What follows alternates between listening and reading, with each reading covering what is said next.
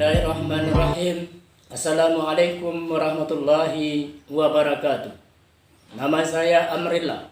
Saya selaku Kecik Gampung Lawi Buluh Didi, Pemukiman Makmur, Kecamatan Kulit Timur, Kabupaten Aceh Selatan, menghimbau kepada seluruh lapisan masyarakat, khususnya Gampung Lawi Buluh Didi, agar dapat mematuhi aturan dan peraturan pemerintah Gampung mengenai virus corona atau COVID-19 sebagai berikut.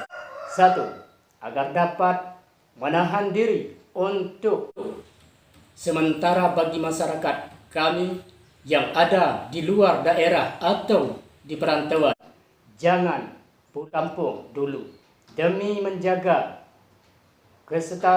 kestabilan, keamanan, dan kesehatan demi kampung kita yang tercinta ini. 2.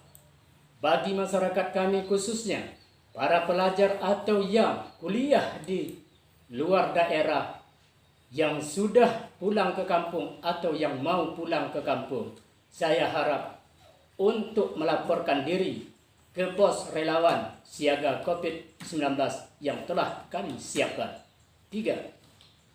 Bagi tamu masyarakat luar dari Aceh Selatan atau luar daerah lainnya masuk perkampungan kita agar diperiksa identitasnya supaya keamanan dan kesehatan kita terjaga dengan yang baik.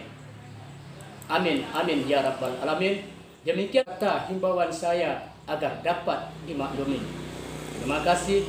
Saya ucapkan mohon maaf bila ada kekurangan. Saya akhiri dengan mengucapkan wabillahi taufiq wal hidayah. Assalamualaikum warahmatullahi wabarakatuh.